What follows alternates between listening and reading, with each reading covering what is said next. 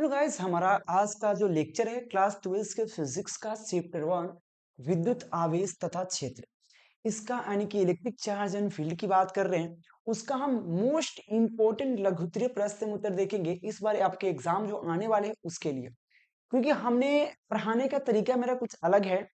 पहले आपको one shot देते हैं, पूरे चैप्टर को एक लेक्चर में क्लियर करने के प्रयास करते हैं, पूरा थ्योरी के साथ पूरा एनसीईआरटी को कवर करते हैं और फिर उसका ऑब्जेक्टिव क्वेश्चन देते हैं। फिर उस चैप्टर का सेलेक्टेड इंपॉर्टेंट क्वेश्चन आंसर जो होता है, PVI question, very very important question जो होता है उसको हम कराते हैं। ठीक है ना। जो सब्जेक्टिव क्वेश्चन है देख सकते हैं, VVI subjective question with answer, ये क्लास 12 के फिजिक्स का चैप्टर 1 का है। ठीक है। इस प्रकार से पूरा थ्योरी अलग पढ़ाते हैं, ऑब्जेक्टिव क्वेश्चन अलग पढ़ाते हैं, उस चैप्टर का जो इंपॉर्टेंट क्वेश्चन होता है अलग पढ़ाते हैं। ठीक है।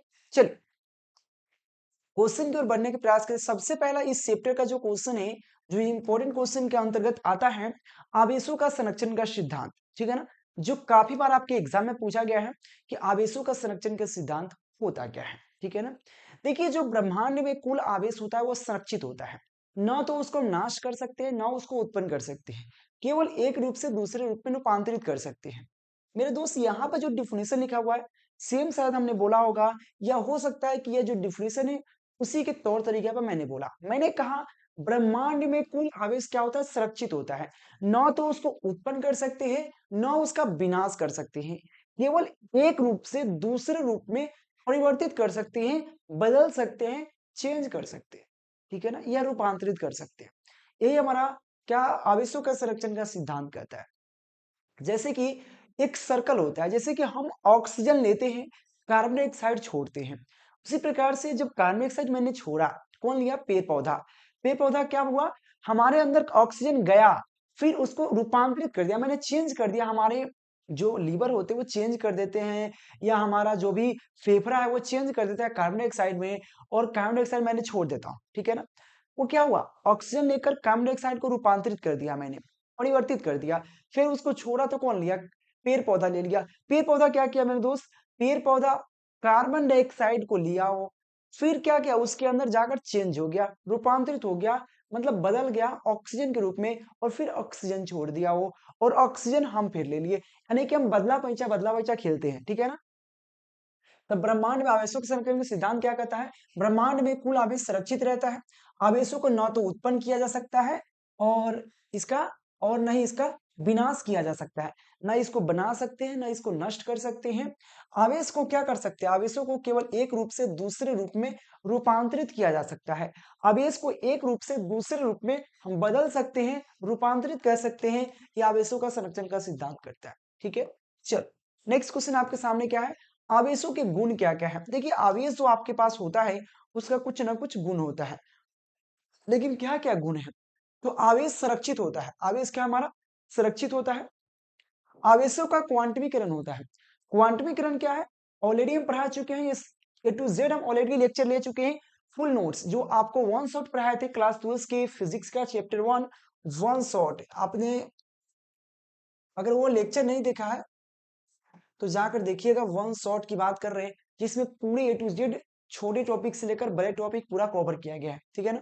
तो आवेश क्या संरक्षित होता है, आवेशों का क्वांटमीकरण होता है। क्या होता है, आवेशों का क्वांटमीकरण होता है। आवेश दो प्रकार के होते हैं, धनात्मक आवेश तथा ऋणात्मक आवेश। ठीक है, ये सब आवेश का गुण है। समान आपको 4 नंबर पॉइंट क्या है कि आवेश, समान आवेशों के बीच क्या होता है, विकर्षण, और असमान आवेशों के बीच आकर्षण होता है। जैसे कि अगर प्लस प्लस है तो क्या होगा, एक दूसरे से दूर भागेगा। अगर माइनस प्लस है एक दूसरे से करीब आएगा। यानी कि जो समान आवेश की बात कर ले, चाहे माइनस माइनस हो चाहे प्लस माइनस हो, इसमें के बीच क्या होगा, आकर्षण होगा, इसके बीच आकर्षण, और इसके बीच क्या होगा, इसके बीच विकर्षण होगा। यानी कि लड़का लड़का में क्या होता है, विकर्षण होता है। लेकिन लड़का लड़की में, अरे भाई लड़की जाए थोड़े, अरे थोड़ा सा एकदम होता है ना, एकदम मन में लड्डू फोड़ता है, उसी प्रकार से। ठीक है। तो असमान आवेशों में क्या होता है, आकर्षण, और समान आवेशों में विकर्षण होता है। ठीक है। तो यहाँ पे समान आवेशों में विकर्षण, और समान आवेशों में क्या होता है, आकर्षण होता है। ठीक है ना। फिफ्थ पॉइंट कहता है क्या, आवेशों के बीच बीजगणितीय विधि द्वारा जोड़ा या घटाया जाता है। अगर आवेश है तो उस बीजगणितीय विधि द्वारा उसको जोड़ या घटाव कर सकते हैं। ठीक है ना, ये चीज जरूर ध्यान रखिएगा।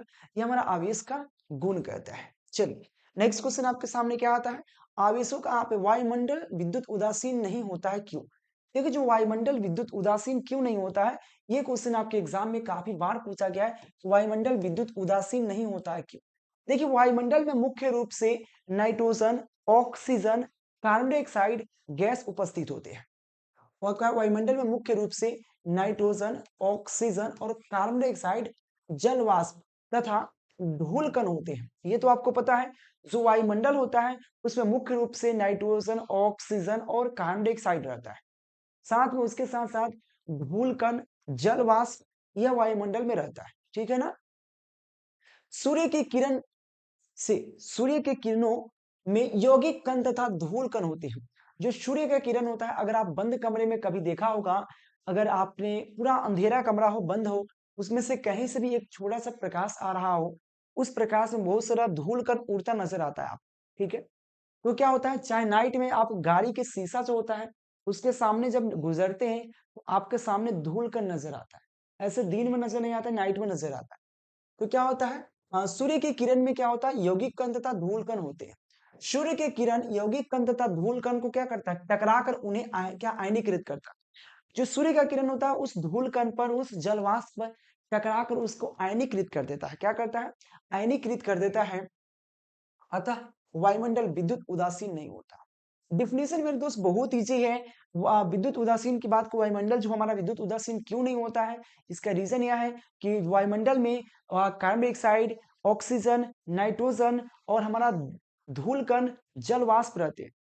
सूर्य से आने वाले प्रकाश की किरण में भी धूल कण उपस्थित होते हैं और उसे टकरा कर क्या करता है, उस धूल कण को आयनीकृत कर देता है। वह किरण को आयनीकृत कर देता है, जिससे क्या होता है, वायुमंडल विद्युत उदासीन नहीं। ठीक है? चलो, ये सब का आपको पीडीएफ कहाँ मिल जाएगा, नंबर आपको नीचे दिख रहा है, कंटेक्ट कर सकते हो आप। पीडीएफ नोट्स इसका ले सकते हो, जिसमें आपको इंपॉर्टेंट क्वेश्चन आंसर पूरा chapter wise, objective subjective, important objective subjective सब आपको प्रोवाइड करा दिया जाएगा। व्हाट्सएप के माध्यम से लेना चाहे व्हाट्सएप के माध्यम से ले सकते हैं, ऐप के माध्यम से लेना चाहे ऐप के माध्यम से ले सकते हैं। ऐप का लिंक आपको डिस्क्रिप्शन मिल जाएगा, या व्हाट्सएप पर लेना चाहते हैं तो नंबर दिख रहा है, कंटेक्ट जरूर कीजिएगा। ठीक है?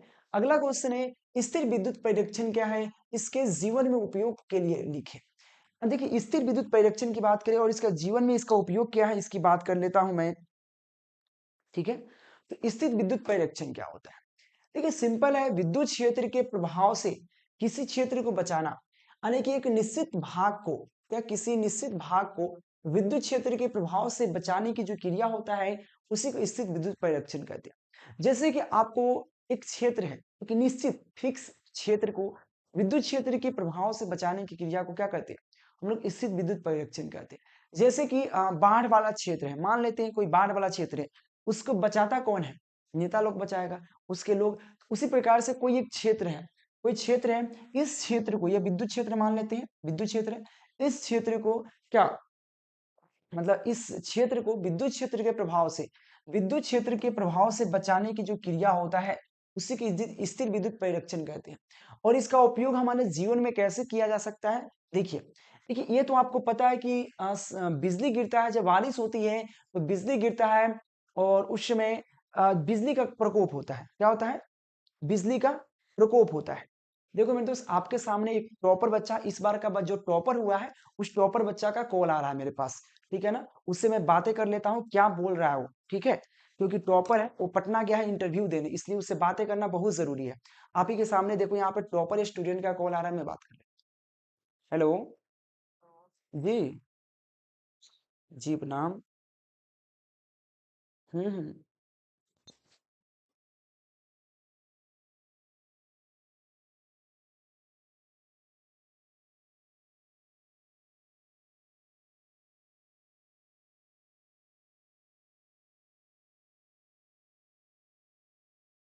पूछेगा, फॉर्मूला पूछेगा।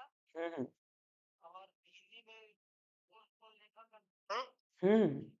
मतलब दो तीन को पूछ देगा। अच्छा। हाँ, फिजिक्स में ये अभी ऊपरवार एक मरिया दो तीन पूछेगा। हाँ हाँ। और एक एक सब पूछेंगे, सवाल पूछे, एक दो तीन पाँच पूछेंगे उसको। बिल्कुल दोस्त, देखो, आप निश्चिंत होकर जाइए, ज्यादा सवाल आपसे नहीं किए जाएंगे, नॉर्मल सा सवाल किया जाएगा। एक दो फॉर्मूला पूछना होगा, पूछेगा, या फिजिक्स का कोई भी एक फॉर्मूला ही पूछेगा। और फिजिक्स में पूछेगा तो आपको ये सही मात्रक पूछ सकता है। ठीक है? और आपको पढ़ने का तरीका पूछेगा, ज़्यादा कुछ नहीं। तो निश्चित होकर उसका थोड़ा प्रिपरेशन कीजिए और जाइए आप वेरिफिकेशन दीजिए, ठीक है। और आपसे हम न तो थोड़ा देर बाद बात करते हैं, अभी क्लास दे रहे हैं, ठीक है। ठीक है, कॉल करते हैं। देखो दोस्त, आज का इस बार का भी एक मेरा टॉपर है, जो स्टूडेंट है, जो भी जस्ट कॉल किया था आपको, इसका भी वेरिफिकेशन होने वाला है और ये जा रहा है वेरिफिकेशन में। और इस वजह से मुझे कॉल किया कि सर क्या क्या पूछेगा, तो इसका भी इंटरव्यू लेके आएंगे हम टॉपर का। तो आपसे रिक्वेस्ट है कि यहाँ से हर साल टॉपर निकल रहे हैं, हर साल एक ना एक दो टॉपर निकल रहे हैं। तो आपसे रिक्वेस्ट है कि आइए और पढ़िए यहाँ पे। और लाइव कोर्स ज्वाइन करने के लिए, टॉपर बैच ज्वाइन करने के लिए, उसके लिए केकेजी क्लासेस का एप्लीकेशन उसके डाउनलोड कर सकते हैं, या नंबर दिख रहा है कांटेक्ट कर सकते हो।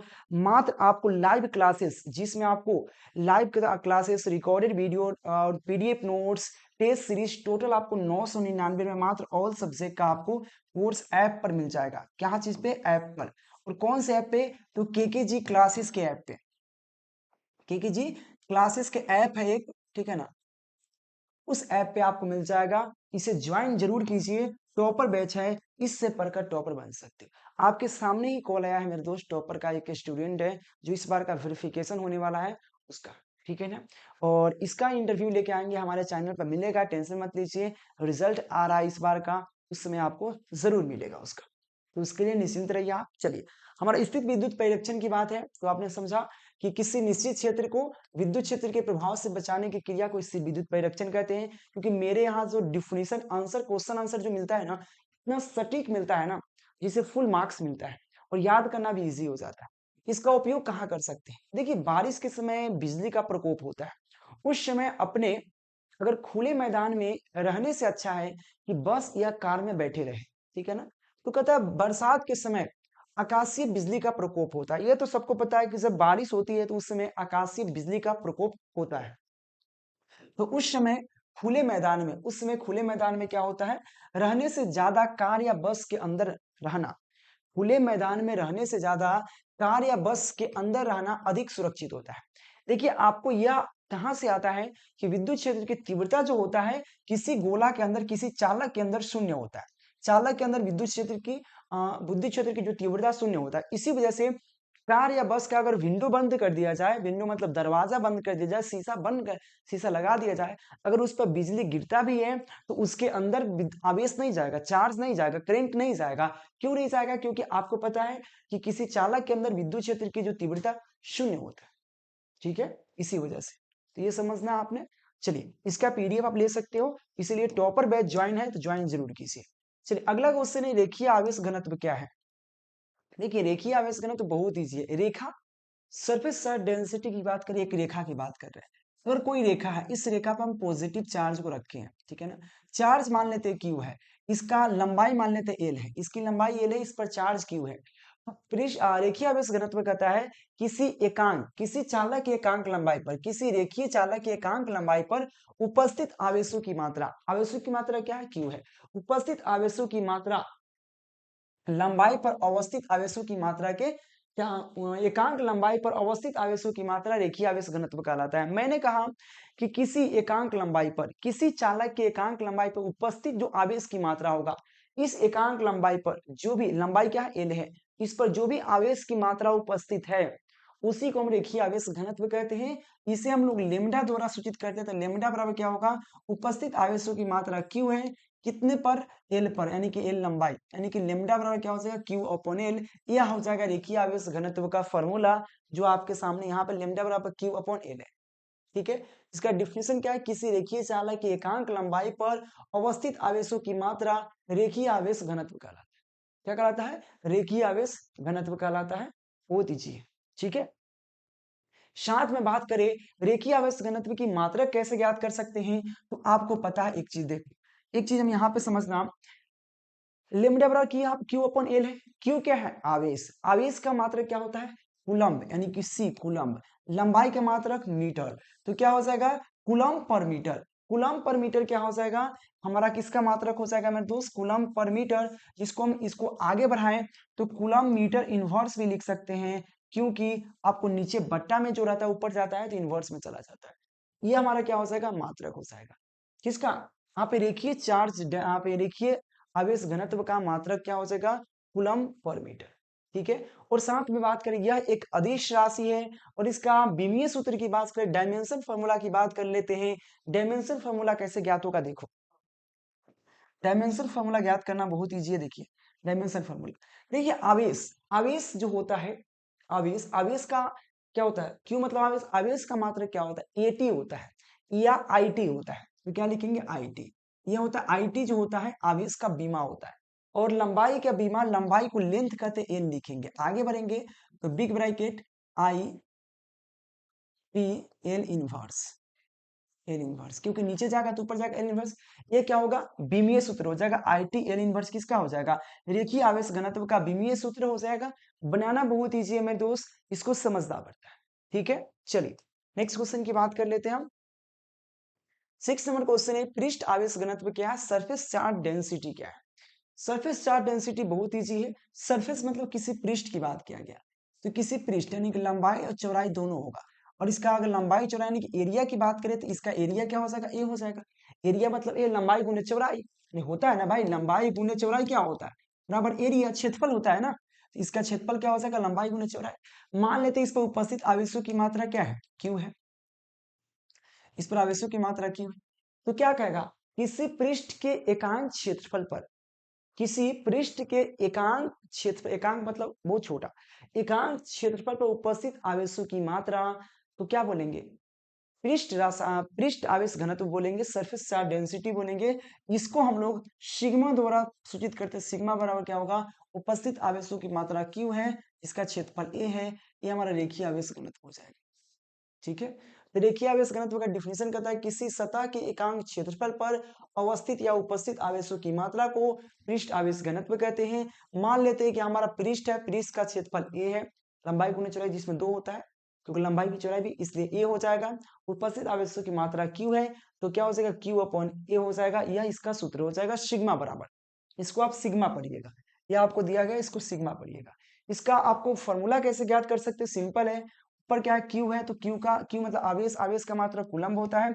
एरिया क्षेत्रफल का मात्रक होता है मीटर स्क्वायर, क्योंकि लंबाई गुने एल, मीटर को लंबा, अगर लंबाई है, लंबाई को भी मीटर मापिएगा, चौड़ाई को भी मीटर मापिएगा, इसलिए मीटर स्क्वायर। आगे बढ़िएगा, कूलम्ब मीटर इनवर्स स्क्वायर हो जाएगा, ये इसका मात्रक हो जाएगा। तो पृष्ठ आवेश घनत्व का मात्रक क्या होगा, कूलम्ब पर मीटर। ठीक है ना, unit of surface charge density यानी कि मीटर इनवर्स स्क्वायर।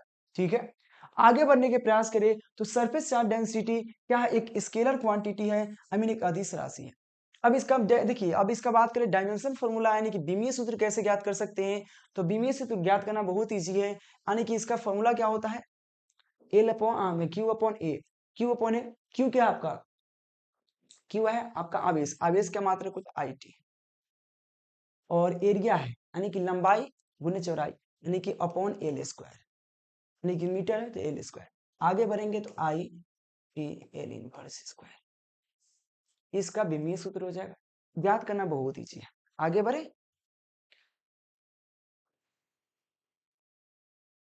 आयतन आवेश घनत्व। देखिए आयतन आवेश घनत्व क्या है, इसमें बात करता है लंबाई चौड़ाई ऊंचाई सभी की बात कर रहा है।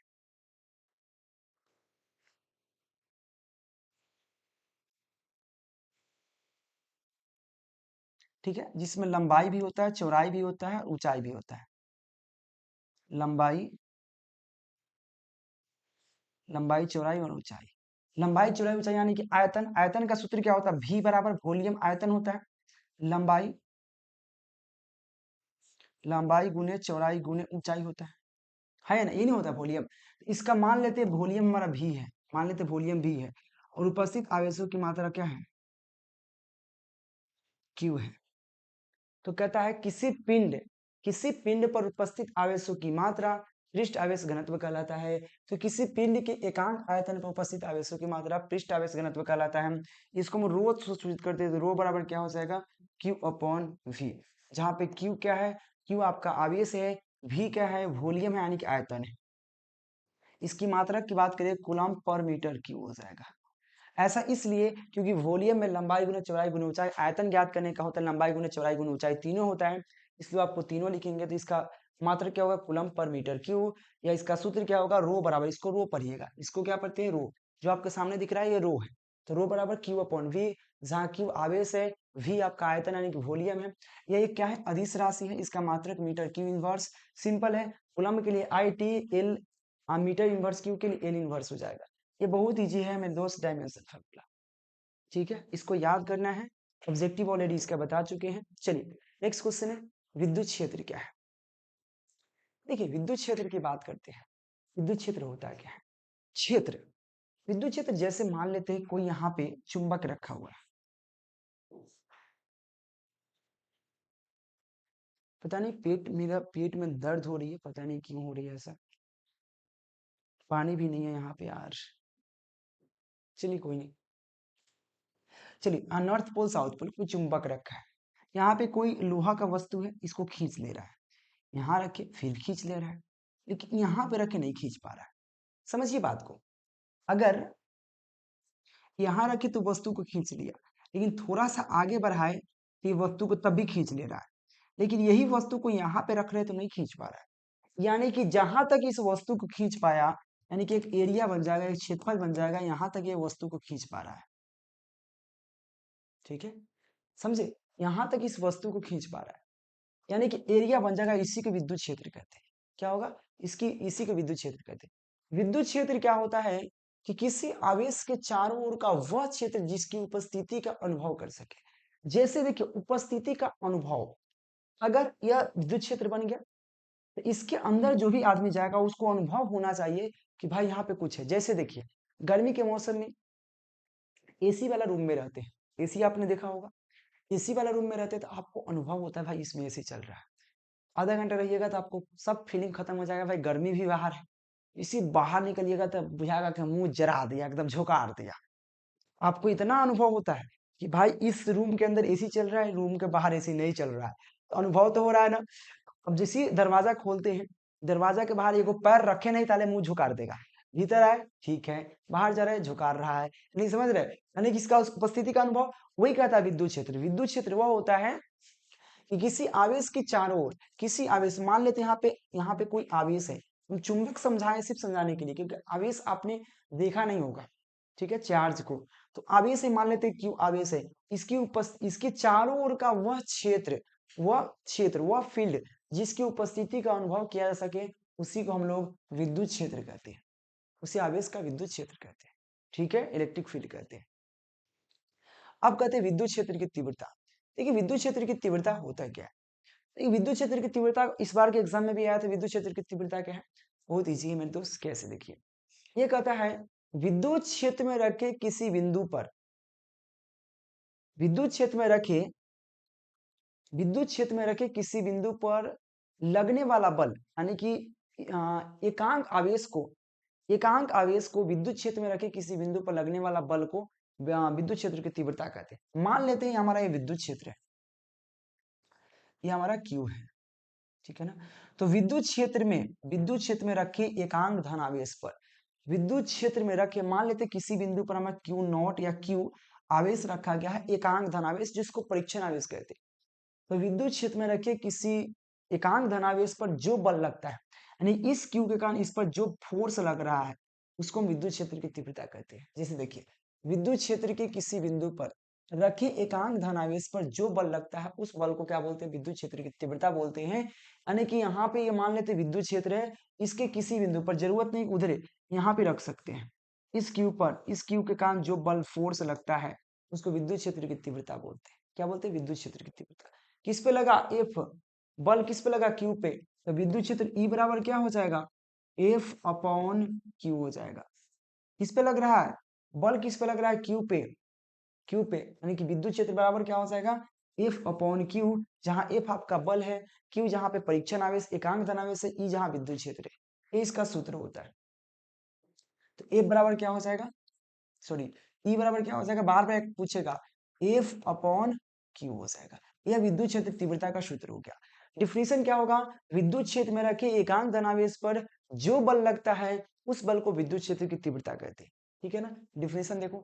अगर इसका ए सही मात्रक की बात कर ले तो ए सही मात्रक ऊपर बल अपॉन आवेश है, बल गुणे आवेश, ई बराबर, ई क्या है, विद्युत क्षेत्र है, बल का मात्रक होता है न्यूटन, न्यूटन पर आवेश का कूलम, तो इसका मात्रक क्या हो गया, न्यूटन पर कूलम। और ये एक सदिश राशि, स्केलर क्वांटिटी है, बस सॉरी वेक्टर क्वांटिटी है और इसका मात्रक क्या होता है, न्यूटन पर कूलम। देख सकते हो यहाँ पे क्या होता है, न्यूटन कूलम इनवर्स, वो ऊपर जाएगा तो न्यूटन कूलम इनवर्स होगा। जो इसका मात्रक ज्ञात करना है, फॉर्मूला से ज्ञात हो जाएगा न्यूटन पर कूलम। ठीक है, तो क्या होगा, न्यूटन पर कूलम क्या है, विद्युत क्षेत्र की तीव्रता का मात्रक है। ठीक है ना। और विद्युत क्षेत्र की तीव्रता का डायमेंशन फॉर्मूला जो होता है, बिम्मीय सूत्र जो होता है, ml T inverse Q A inverse होता है, ये इसका बिम्मीय सूत्र होता है। ठीक है, चलिए आगे बढ़ते हैं 9 नंबर क्वेश्चन को। 10 नंबर क्वेश्चन क्या, विद्युत बल रेखाएं क्या है। देखिए विद्युत बल रेखाएं सिंपल होता है, विद्युत क्षेत्र में एकांक धनावेश को रखने पर वह जिस रास्ता से चलता है, यानी कि विद्युत क्षेत्र में एकांक धनावेश को रखने पर, अब एकांक धनावेश को रखने पर वह जिस पथ पे चलता है, वह जिस रास्ता से चलता है, हो सकता है कि आ रहा हो सकता है कुछ जा रहा हो, यानी कि जिस रास्ता से चलता है उसी को हम लोग विद्युत क्या कहते हैं, विद्युत बल रेखाएं कहते हैं। उस पथ यानी कि उस रास्ता को, पथ मतलब रास्ता, उस पथ को विद्युत बल रेखाएं कहते हैं। मैंने कहा कि विद्युत क्षेत्र में एकांक धनावेश को रखने पर वह जिस पथ पे, जिस रास्ता पे चलता है उसको विद्युत बल रेखाएं कहते हैं। ठीक है ना। देखिए विद्युत बल रेखाएं किसी बिंदु पर खींची गई स्पर्श रेखाएं, स्पर्श रेखा उस बिंदु पर विद्युत क्षेत्र की तीव्रता को प्रदर्शित करता है या विद्युत क्षेत्र रेखाएं को प्रदर्शित करता है। यानी कि मान जो आप देख सकते हैं पॉजिटिव चार्ज है, यह जिस रास्ता से जा रहा है, जिस रास्ता से जा रहा है उसको हम विद्युत बल रेखाएं बोलेंगे। और साथ में यहाँ पे कह दिया, और विद्युत बल रेखाएं किसी बिंदु पर खींची गई, किसी बिंदु पर खींची गई स्पर्श रेखाएं, यानी कि किसी बिंदु पर जो स्पर्श रेखा खींची जाती है वो क्या विद्युत क्षेत्र की दिशा को बतलाता है, कि दिशा क्या है, इधर है, इधर है, इधर है, उधर है, इधर है, मतलब किधर है, यह उसके दिशा को बतलाता है, किसी बिंदु पर खींची गई स्पर्श रेखा है। ठीक है। विद्युत बल रेखाएं की गुण बहुत सारा है। कौन कौन से गुण है, सबसे पहले विद्युत बल रेखाएं क्या होता है, हाँ, विद्युत बल रेखाएं धनात्मक धनावेश से निकलकर ऋणावेश पर समाप्त हो जाती है। अगर आप देखो देख के सब बात करें, यहाँ पे धनावेश है, इससे निकलेगी तो ऋणावेश पर समाप्त हो जाएगी। ठीक है, धनावेश से निकलकर ऋणावेश पर समाप्त हो जाएगी। विद्युत सतह के लंबवत निकलती है, लंबवत समाप्त होती है। मतलब देखिए अगर बाई द केस यहाँ पे कोई वृत्त है या कोई भी यहाँ से अगर कोई विद्युत बल रेखाएं निकल रही है तो यहाँ पे इसके साथ 90 डिग्री का कोण बनाता है। आपने पढ़ा भी होगा कि इसके साथ 90 डिग्री कोण बनाएगा। अगर लंबवत निकल रही है, हो सकता है कि प्रवेश भी करे, यह आपको प्रवेश कर रहा है, यह निकल रहा है, सिंबल देखो, फिर भी वो लंबवत ही निकलेगा, लंबवत ही प्रवेश करेगा, इसके साथ 90 डिग्री का कोण बनाता है उस सतह के साथ। तो 90 यानी कि लंबवत निकलेगा, परपेंडिकुलर निकलता है और लंबवत ही समाप्त हो जाता है। थर्ड पॉइंट कहता है विद्युत बल रेखा किसी चालक के अंदर प्रवेश नहीं करता है। यही कारण है कि चालक के अंदर विद्युत क्षेत्र की तीव्रता शून्य होता है। विद्युत बल रेखा किसी चालक के अंदर प्रवेश नहीं करता है, इसी वजह से विद्युत क्षेत्र की तीव्रता चालक के अंदर शून्य होता है। स्थिर विद्युत परिरक्षण में ही पढ़ाया था आपको कि स्थिर विद्युत परिरक्षण में कहता है कि अगर आप बारिश हो रही है तो उस समय खुले मैदान से ज्यादा सुरक्षित आप बस या कार के अंदर है, क्योंकि कार के अंदर विद्युत क्षेत्र की तीव्रता शून्य होता है। ठीक है। फिफ्थ पॉइंट कहता है जिस स्थान पर विद्युत बल रेखा अधिक होता है उस स्थान पर विद्युत क्षेत्र की तीव्रता भी अधिक होगा और उसका तीव्रता का मान भी अधिक होगा। और जिस स्थान पर विद्युत बल रेखाएं कम होता है वहां वहां विद्युत क्षेत्र की तीव्रता भी कम होता है। ठीक है, ये चीज जरूर ध्यान रखना है, बहुत प्यारा सा क्वेश्चन था। चलो नेक्स्ट क्वेश्चन देखिए यहाँ पे, विद्युत बल रेखा एक दूसरे से काटती क्यों नहीं है, इसकी बात कर लेते हैं। यह इंपॉर्टेंट क्वेश्चन आंसर है कि विद्युत बल रेखा जो होती है एक दूसरे से क्यों नहीं काटती है। देखिए ऐसा अगर एक एक दूसरे पर काटना लगे, जैसे विद्युत बल रेखाएं हैं, इधर निकल रही है, इधर निकल रही है, सीधा निकल रही है, ऐसा थोड़ी ना कि इधर से निकल कर इधर काट देगी, ऐसा थोड़ी ना होता है। काटेगी तो कटान बिंदु का क्या होगा, दो स्पर्श रेखा खींच सकते हैं, एक इधर एक इधर, है ना, एक इधर, तो दो क्षेत्र हो जाएगा, दो दिशा को प्रदर्शित करने लगेगा। और विद्युत बल रेखा है कि दो दिशा कभी भी संभव नहीं है, इसी वजह से। तो क्या लिखेंगे, विद्युत बल रेखा एक दूसरे को कभी नहीं काटती है, क्योंकि ऐसा होने पर कटान बिंदु पर दो स्पर्श रेखा खींच सकते हैं। क्या होगा, आप एक कटान बिंदु पर दो स्पर्श रेखा खींची जा सकती है जो विद्युत क्षेत्र की दिशा को बतलाता है। क्या, विद्युत क्षेत्र की दिशा को बतलाती है। अतः एक बिंदु पर दो दिशा संभव नहीं है, यानी कि एक बिंदु पर विद्युत क्षेत्र की दो दिशाएं संभव कभी नहीं हो सकता। अतः विद्युत बल रेखाएं जो होता है एक दूसरे से कभी काटती नहीं। मैंने कहा आपको कि विद्युत बल रेखाएं एक दूसरे से नहीं काटती। इसका रीजन है कि विद्युत बल रेखाएं एक दूसरे से कभी नहीं काटती, क्योंकि ऐसा होने पर वहां पे कटान बिंदु पर दो स्पर्श रेखा खींची जा सकती है जो विद्युत क्षेत्र की दिशा को बतलाएगी। अतः एक बिंदु पर विद्युत क्षेत्र की दो दिशा कभी संभव नहीं है, इसीलिए वो काटती नहीं। ठीक है, चलिए नेक्स्ट क्वेश्चन देखिए। आपको विद्युत द्विध्रुव क्या है? देखिए विद्युत द्विध्रुव बहुत इजी है। जब दो बराबर या विपरीत आवेशों को अल्प दूरी पर रखा जाता है, जब दो बराबर एवं विपरीत, बराबर होना चाहिए, अगर यहाँ पे क्यू है तो यहाँ पे विपरीत क्यू माइनस क्यू होना चाहिए, यहाँ पे 5 है तो यहाँ पे -5। बराबर एवं विपरीत आवेशों को अल्प दूरी मान लेते हैं, दूरी यहाँ पे 2a या 2l हो, इसके बीच की दूरी 2a या 2l हो, अल्प दूरी पर रखा जाता है तो विद्युत द्विध्रुव का निर्माण होता है। ये कहता है जब दो बराबर एवं विपरीत आवेशों को एक दूसरे पर अल्प दूरी मतलब बहुत कम दूरी पर रखा जाता है तो विद्युत द्विध्रुव का निर्माण होता है। जो मैंने आपको बताया वही चीज यहाँ पे लिखा हुआ, अलग कुछ नहीं। मैंने कहा जब दो बराबर एवं विपरीत आवेशों को अल्प दूरी पर रखा जाता है तो क्या होता है? विद्युत द्विध्रुव का निर्माण। लेकिन विद्युत द्विध्रुव आघूर्ण क्या है, इस पर बात कर लेते हैं। ये काफी बार एग्जाम में पूछता है कि विद्युत द्विध्रुव आघूर्ण होता क्या है। तो विद्युत द्विध्रुव आघूर्ण की बात कर ले, आवेशों के परिमाण और उसके मध्य के बीच की दूरी को विद्युत द्विध्रुव आघूर्ण कहते हैं। देखिए मेरे दोस्त, इसे विद्युत द्विध्रुव अब डिफिनेशन इस प्रकार से लिख सकते हैं कि विद्युत द्विध्रुव के निर्माण करने वाले, एक मान लेते हैं यहाँ माइनस क्यू है, अब यहाँ पे 2a लीजिए, 2l लीजिए, 2x लीजिए, 2r लीजिए, जो मन करे मान सकते हैं। ठीक है, तो हमने कहा कि विद्युत द्विध्रुव के निर्माण करने वाले आवेशों में से किसी एक आवेश को ले लीजिए, मान लेते किसी एक आवेश, अब लेना है 50 रुपया 10 रुपया, कोई उठा लो। कौन उठाओगे? 50 रुपया, 10 रुपया कल उठाने जाएंगे। उसी प्रकार से कोई आवेश लेना है, प्लस वाला माइनस वाला, तो प्लस वाला लेंगे, माइनस क्यों लेंगे? कोई आवेश हो और उसके बीच की दूरी क्या है? 2l है, उसके गुणनफल को 2l ले लेंगे, उसके गुणनफल को विद्युत द्विध्रुव आघूर्ण कहते हैं और विद्युत द्विध्रुव आघूर्ण को P द्वारा दर्शाते हैं। तो P बराबर क्या हो जाएगा?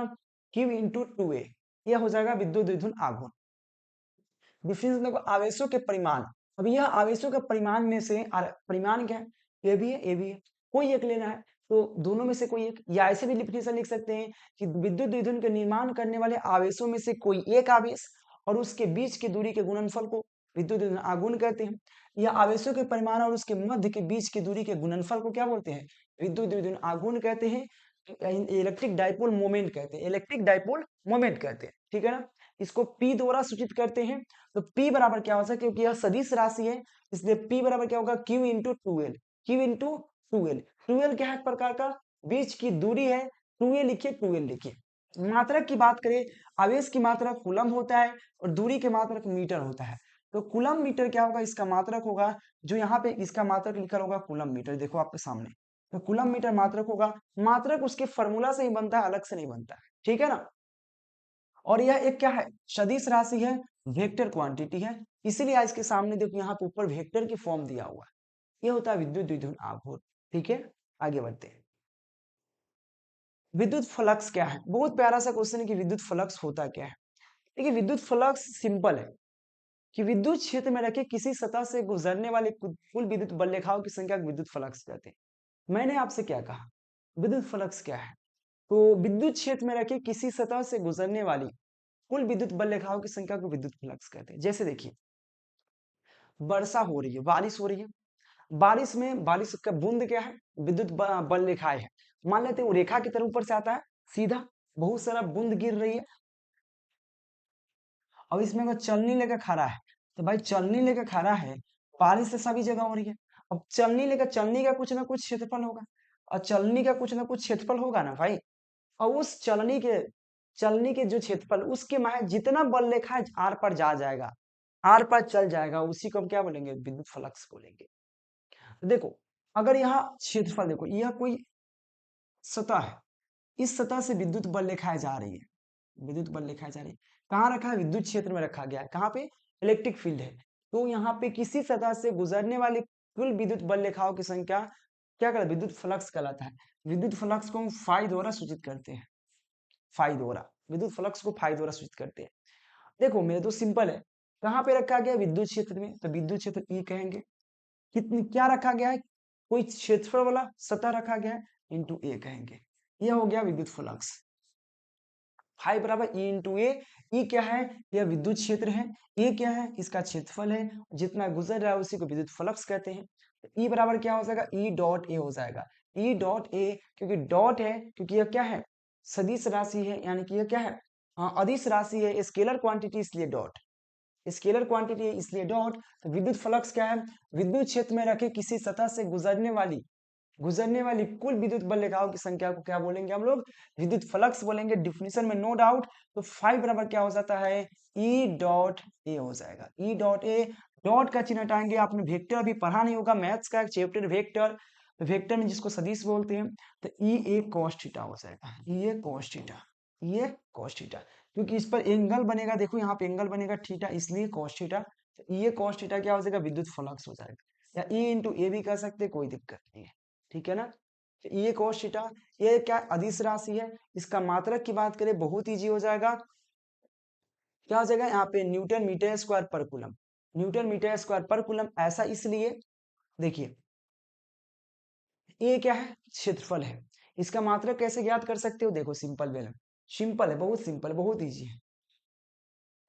क्या होगा? 5 बराबर, 5 बराबर होता है ई इंटू ए होता है, ठीक है। ए क्या है? ए मतलब क्षेत्रफल। तो आपको ई बराबर क्या होता है? ई बराबर f upon q, f upon q into a होता है। एफ कहाँ? एफ, क्योंकि आपको विद्युत क्षेत्र की तीव्रता ई बराबर क्या होता है? एफ अपॉन क्यू होता है। आपने पढ़ाया, जस्ट पढ़ाया, एफ अपॉन क्यू, ठीक है। आगे बढ़ते हैं, देखो ई एफ अपॉन क्यू होगा, ऊपर में एफ एन ए हो जाएगा, तो न्यूटन हो जाएगा एफ के लिए, और इसके लिए कूलम हो जाएगा, क्यू के लिए कूलम, एरिया के लिए मीटर स्क्वायर, तो मीटर स्क्वायर। आगे बढ़ेंगे तो इसको लिख सकते हैं न्यूटन मीटर स्क्वायर पर कूलम लिख सकते हैं। न्यूटन मीटर स्क्वायर पर कूलम। कूलम ऊपर जाएगा तो ऊपर करना है तो ऊपर कर दो, कूलम इनवर्स कर दो, क्या हो जाएगा? न्यूटन मीटर स्क्वायर पर कूलम, जो आपके सामने यहाँ पे दे रखा है, यही इसका मात्रक होता है। इसका विमीय सूत्र की बात कर ले, M L Q T inverse Q I inverse होता है इसका विमीय सूत्र। यह चीज जरूर याद रखना है, ताकि आपको एक भी क्वेश्चन ना छूटे।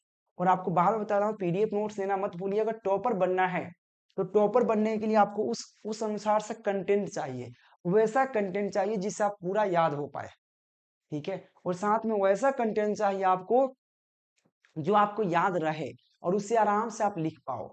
और वैसे क्लासेस चाहिए जो आपको सटीक बेस में समझाया जाए और सटीक बेस में आपको बताया जाए। इसलिए टॉपर बनना है तो ज्वाइन कर लीजिए। कोर्स बहुत कम प्राइस में है, 999 का कोर्स है। इसमें 1 साल पूरा लाइव कोर्स पढ़ाया जाएगा। केवल पीडीएफ नोट्स लेना चाहे मिल जाएगा, नंबर दिख रहा है, कंटेक्ट कर लेना है। कोर्स ज्वाइन के लिए भी नंबर दिख रहा है, कंटेक्ट जरूर कीजिए। अगला क्वेश्चन है कूलम्ब के नियम की सीमाएं। वो कूलम्ब के नियम क्या है? कूलम्ब के नियम आपने पढ़ा रखे, हम आपको फुल थ्योरी में, उसको जरूर जाकर देखिएगा। तो कूलम्ब के नियम की सीमाएं क्या है? तो यह केवल बिंदु आवेश के लिए लागू होता है। कूलम्ब के नियम कहता है दो बिंदु आवेश के लिए इसके बीच की दूरी 2 है। अगर मान लेते हैं Q1 है, यह Q2 है, यह R, इसके बीच की दूरी R है। कूलम्ब बल F बराबर क्या कहता है कि 1/4 पाई F Q1 Q2 upon R square, ठीक है। ये जरूर याद रखिएगा, ए बराबर 1/4 pi epsilon not Q1 Q2 upon R square, ठीक है। यही होता है आपका, याद जरूर रखना है। बहुत ईजी है, बहुत प्यारा सा क्वेश्चन है मेरे दोस्त। ये कूलम्ब बल होता है। तो कूलम्ब बल केवल बिंदु आवेश, दो बिंदु आवेश के लिए लागू होता है। सेकेंड पॉइंट क्या है? यह नियम केवल स्थिर आवेश के लिए लागू होता है। ऐसा नहीं कि आवेश गति कर रहा हो, ये केवल स्थिर आवेश के लिए लागू होता है, ठीक है ना। और यह नियम 10⁻14 मीटर से कम दूरी के लिए लागू होता है। अगर आर का वैल्यू, आर जो दूरी है वो 10⁻14 मीटर तक होना चाहिए। इससे कम होगा तो लागू नहीं करेगा। अगर इससे कम हो गया तो लागू नहीं करेगा मेरे दोस्त, ये जरूर याद रखिएगा। ये कूलम्ब के नियम की सीमाएं हैं। जो आपका फर्स्ट चैप्टर था, चैप्टर 1, यानी कि चैप्टर 1 फर्स्ट चैप्टर था फिजिक्स का, उसमें जितना इंपॉर्टेंट क्वेश्चन था सभी लेके आए हैं आपके लिए। इसलिए चैनल को सब्सक्राइब करके बेल आइकन जरूर दबाना। और कोर्स ज्वाइन के लिए नंबर दिख रहा है, कंटेक्ट जरूर कीजिएगा। साथ में पीडीएफ नोट्स के लिए नंबर दिख रहा है, कंटेक्ट जरूर कीजिए। Thank you watching for this video. मिलते हैं नेक्स्ट लेक्चर के नेक्स्ट वीडियो के साथ। Thank you.